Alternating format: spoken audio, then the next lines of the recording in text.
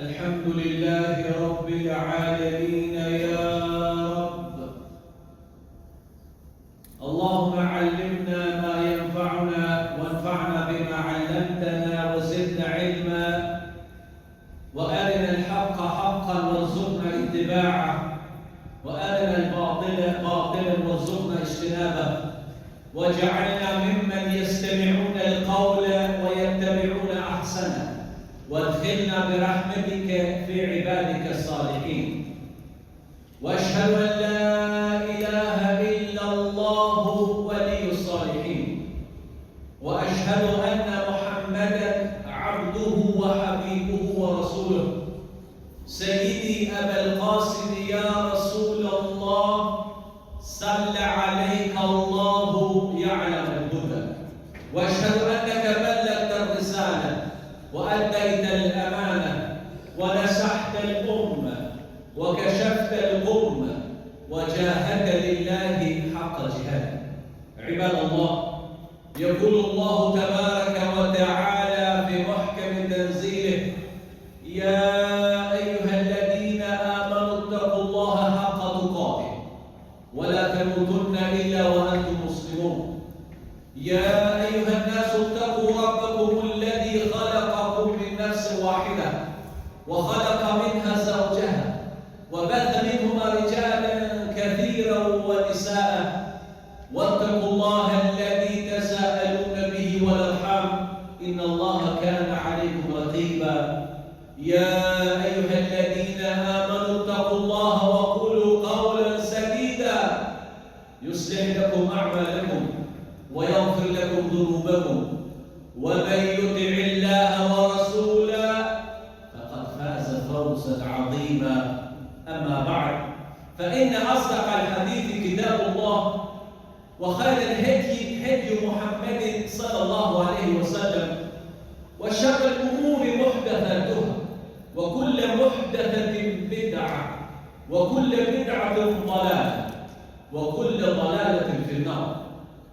My dear brothers and respected sisters, I greet you all with Assalamu alaikum wa rahmatullahi ta'ala wa barakatuh.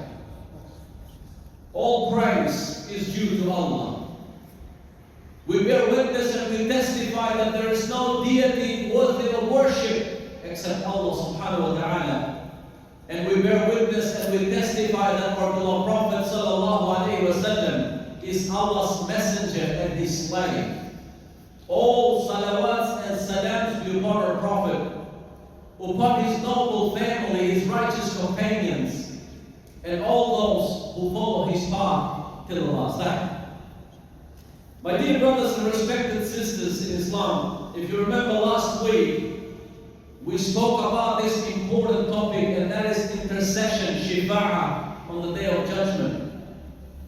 We talked about how honored we should be that we are followers of our Prophet sallallahu alaihi wasallam. The opportunities and shafa'at that Allah will give to our Prophet alayhi salatu wasalam, and all those things that we talked last week. And today we'll talk something similar, and that is how we can be near the Prophet alayhi salatu wasalam in the hereafter. That is one of the biggest honors that we can have, being the neighbor of the Prophet ﷺ in Jannah. Imagine all of us living today, knowing so much about our Prophet ﷺ, even though we have never seen him. Imagine seeing his beautiful face on the Day of Judgment, drinking from his howl, from his cistern, from his water, and also being his neighbor in Jannah. That is anyone's dream. And I'll give you some of the hadiths that the Prophet ﷺ mentioned, that how we can be close to him in the hereafter. One of the things that people say, what can we do to be close to the Prophet, peace and blessings be upon him? There's nothing rocket science, my dear brothers and sisters. There are very, very simple things. Among those things is that every time that Prophet's name is mentioned, we have to send salawat upon him. peace and blessings be upon him, and especially on Fridays. You remember what I say to you, that every single Friday doesn't have to be just inside the mosque, but from the moment you wake up in the morning, driving, coming to the mosque, leaving the mosque, walking, always send salawat upon our Prophet ﷺ, and your name will be known to our Prophet ﷺ. Why? Because Prophet ﷺ said, the people who will be nearest to me on the day of resurrection will be those who supplicate Allah more often for me. And they said, Ya Rasulullah, how we can send salawat upon you? How we can send salawat all the way from Australia to our Prophet, peace and blessings be upon him, knowing that he's dead? And they asked him, and the Prophet ﷺ said, do you know that Friday is the master of all days, is the best day in Islam? So supplicate Allah more often for me in it. For your supplication will be displayed to me. All the salawat that we send upon the Prophet ﷺ, that will be shown to him. And they said, Ya Rasulullah, you will be dead long gone. Even your body, will be mixed with the dirt and with the soil. And you know what the Prophet ﷺ said? Allah has prohibited the earth from consuming the bodies of the prophets. What does that mean? Every time we send salams and salawat upon the Prophet ﷺ, he will return our salam. And on the day of judgment, Allah will be able to recognize you even by name, just by sending all those salams upon the Prophet, peace and blessings be upon him. Don't you want to be recognized for a Prophet ﷺ on the day of judgment? And the only way, and does that take a lot of effort? No. So remember, every time when Prophet's name is mentioned, Muhammad, we are not talking about Muhammad here or Muhammad the cousin or the neighbor. So the only way we can tell that we're talking about the Prophet is when his name is mentioned, we have to say Sallallahu Alaihi Wasallam or Alayhi Salatu Wassalam, or if you don't know this, you can even say it in English, peace and blessings be upon him. This is number one. Number two, my dear brothers and sisters, and you see number one is not that difficult. On Fridays, you've got the spear of those beads on your hand or whatever. Always train your tongue, always train your mouth. And I told you even before, not just sending salutations and salawat upon the Prophet by remembering Allah. Number one, don't remember Allah only when you're in need, only when you need Him. Remember Allah all the time, every day. As I said, you don't require to have ablution of this. You don't require to be inside the mosque. You don't require to turn to Qibla. You don't require anything as you are. Always remember Allah by saying Subhanallah, by saying La ilaha illallah, by saying Allahu Akbar. All these things are very, very, like you can mention those things in a couple of minutes. And when the last moments come, it won't be difficult for you to say La ilaha illallah. And imagine whoever last words will be La ilaha illallah will enter Jannah. Some people that we have seen, we try to encourage them to say La ilaha illallah. Last words, and we see that they're dying. They're trying, but their tongue is not trained to say that. Because all his life, he's never trained to remember Allah subhanahu wa ta'ala. And along those things, is also to send salams and salutations upon our Prophet sallallahu alaihi wasallam. Number two, which all of us, I think we're able to do this in Australia here, to look after orphans. And I told you many times over, don't neglect this. And I tell you how easy it is to look after an orphan. What did the Prophet ﷺ say? أَنَا وَكَفِيلُ الْيَتِيمِ هَكَذَا فِي الْجَنَّةِ. I and the one who looks after an orphan will be like this in paradise together. Sponsoring an orphan is $50 a month. If you give to our children nowadays $50, they reject and say, no, I want the green one. If you go buy a few coffees for you and your friends, $50 are gone. And we're talking about daily basis that we spend. And imagine if you look after 1 or 2 or 3 or 5 orphans, we will see those people being with the Prophet ﷺ like this. And we say, SubhanAllah, what this person has done. People look and sponsor orphans, we don't even know.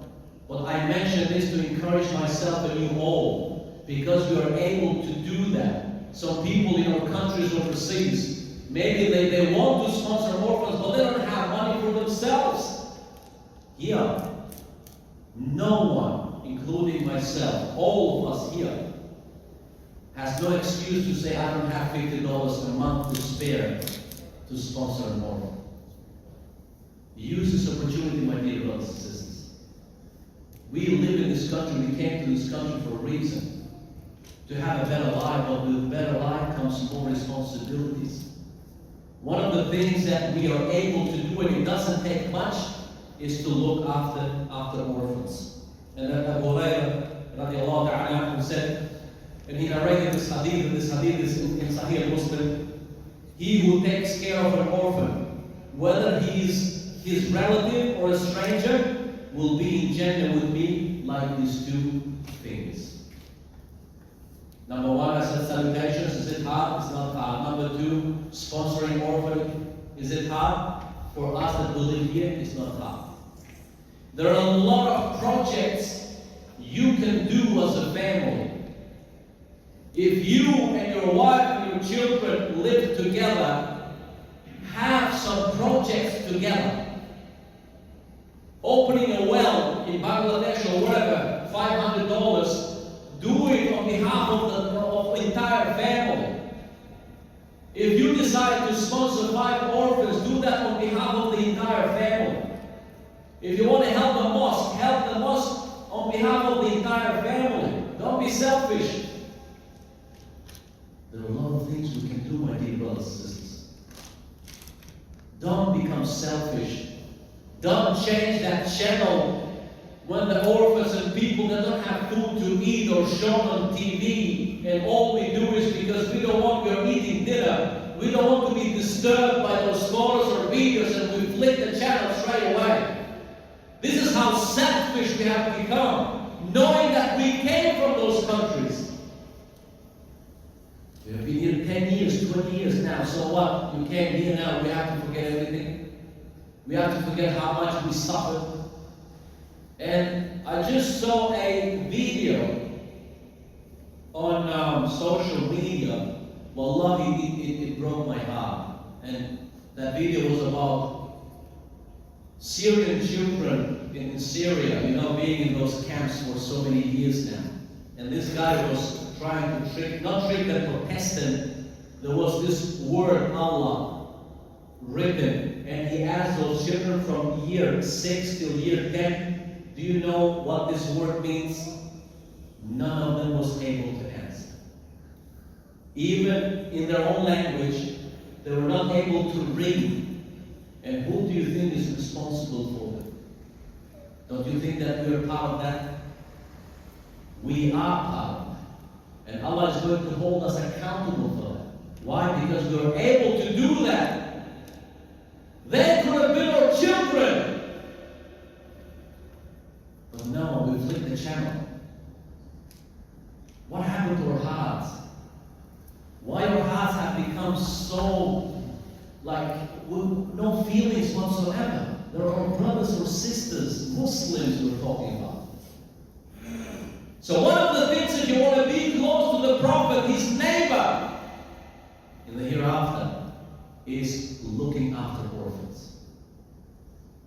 Number 3, my dear brothers and respected sisters, and this is very, very important one, is following the sunnah of the Prophet, peace and blessings be upon him. And this is the Prophet, this is the man that more you know about him, more you love him.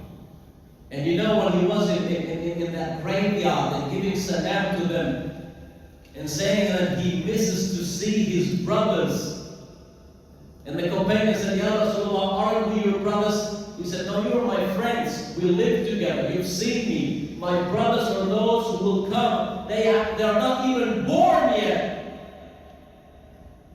They have never seen me, and yet they will believe in me, and they will follow my sunnah. They are my brothers. We are his brothers. And if you follow his sunnah, my dear brothers and sisters, will be recognized by our Prophet ﷺ on the Day of Judgment. Why? The companions asked, Ya Rasulullah, how would you know them? You have never met them. How would you know them on the Day of Judgment? And he took this comparison, this example. He said, if you see a bunch of horses all black, they're all black, and you see some horses that got white front head, white, and their feet is white color, wouldn't you recognize them? You would spot them straight away. He said, this is how I will spot my ummah, my followers, because of doing ablution wudu. The light will come from their forehead and from their feet. And our Prophet ﷺ, he said, I will arrive at the Hawd, the fountain of the Kawthar, on the Day of Judgment before them. So Prophet ﷺ will be waiting for his followers on the Day of Judgment to drink from that Hawd, from that water that comes all the way from Jannah. And whoever drinks that water will never be thirsty again. And who will be able to drink that water except those people who follow his sunnah? May Allah make us of those, Ya Rabbi. Another one, my dear brothers and sisters, is to have good character, good akhlaq. Our Prophet ﷺ said, those who are most beloved to me and the closest to me in the hereafter are those who have best akhlaq, best character amongst you. It's not that hard, is it? And the last but not least, those people who love our Prophet sallallahu alaihi wasallam. You know, at the time of the Prophet, the companions were so in love with the Prophet ﷺ that sometimes he would go to an expedition and he wouldn't be in Medina for a week. And one day, as Prophet was coming from that expedition, after a few days, a young boy, he ran to the Prophet ﷺ, hugging him and crying at the same time. He said, what happened to you? He said, Ya Rasulullah, how can I not cry? It's been not even a week that you're not in Medina, and how much we miss you. What's going to be your fate in the hereafter? Us comparing to you, you know, we are normal human beings, Muslims, weak. You will be different level from us in Jannah. What we are going to do without seeing you? You know what he said? Prophet ﷺ said that you will be in the hereafter with those that you love. If you're amongst those that love the Prophet ﷺ, you will be with him in the hereafter. The question arises itself for us, especially the young generation. Who do you think they love? Who do you think they admire? Who do you think they look up to? And this new term that they use, this is my idol, this is my this is my that. With all due respect to all of us here, if your idol is Messi or Cristiano Ronaldo or football player or whoever, you will be with him in the hereafter. So be aware. Who do you admire? Be aware who do you love. Because Allah will resurrect you with that person. This is important for us, and especially our children. I'm not saying it's bad, to watch soccer and footy. We all do that. There's nothing wrong. But there's always limits. We cannot cross that line. We cannot say, wallahi, I've seen people, Muslims, 60, 70 years of age, they were crying because their footy team lost. I've seen with my own eyes. I said, SubhanAllah. And this is sad because whenever I mention the Prophet, or I mention the hereafter, or I mention Allah, we never cry. But something of this world, something that is irrelevant, that is something that will never benefit you. You pay membership, they win, then they get paid. What do you get? You get that anger. Why he lost, why he didn't lost, I won this and that. Wallahi, it's sad. This is the situation of our ummah. And this is why we don't progress, my dear brothers and sisters. This is why we don't move forward. Because we're away, far away from the Quran and the Sunnah of the Prophet. So no one is to be blamed. We can't blame anyone. We always blame, this, or we blame politics, or we blame this. No. Don't blame anyone but yourselves. We have to blame ourselves as Muslims. So you see, being close to the Prophet ﷺ in the hereafter, accepting that intercession on the Day of Judgment, the only way we'll be able to achieve that is by doing these things that I mentioned. I ask Allah subhanahu wa ta'ala to make us of those that we love Allah and the Prophet more than anything else, including ourselves, Ya Allah.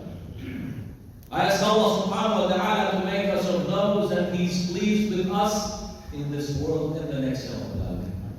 I ask Allah subhanahu wa ta'ala to make us of those that we follow the Sunnah of the Prophet ﷺ as much as we can, Ya Allah. I ask Allah subhanahu wa ta'ala to make the Prophet ﷺ to intercede for us on the Day of Judgment, Ya Rabbal Alameen.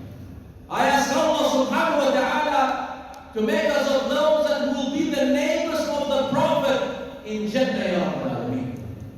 I ask Allah subhanahu wa ta'ala to make us of those that we love, we respect, we advise each other only for His sake, Ya Rabbal Alameen. I ask Allah subhanahu wa ta'ala to make us of those that we are able to feed ourselves and our families with halal and to stay away from haram, Ya Rabbal Alameen. I ask Allah subhanahu wa ta'ala to make us of those that we are able to respect our parents and those people who are older than us, Ya Rabbal Alameen. To make us of those that we are able to educate our children, that tomorrow there will be people that will be proud to be Muslims, Ya Rabbal Alameen. وَقُولُوا قَوْلِ هَذَا وَاسْتَغْفِرُ اللَّهَ لِي وَلَكُمْ فَاسْتَغْفِرُوهُ سَيَسْتَغْفِرُ اللَّهُ إِنَّهُ هُوَ الْغَفُورُ الرَّحِيمُ.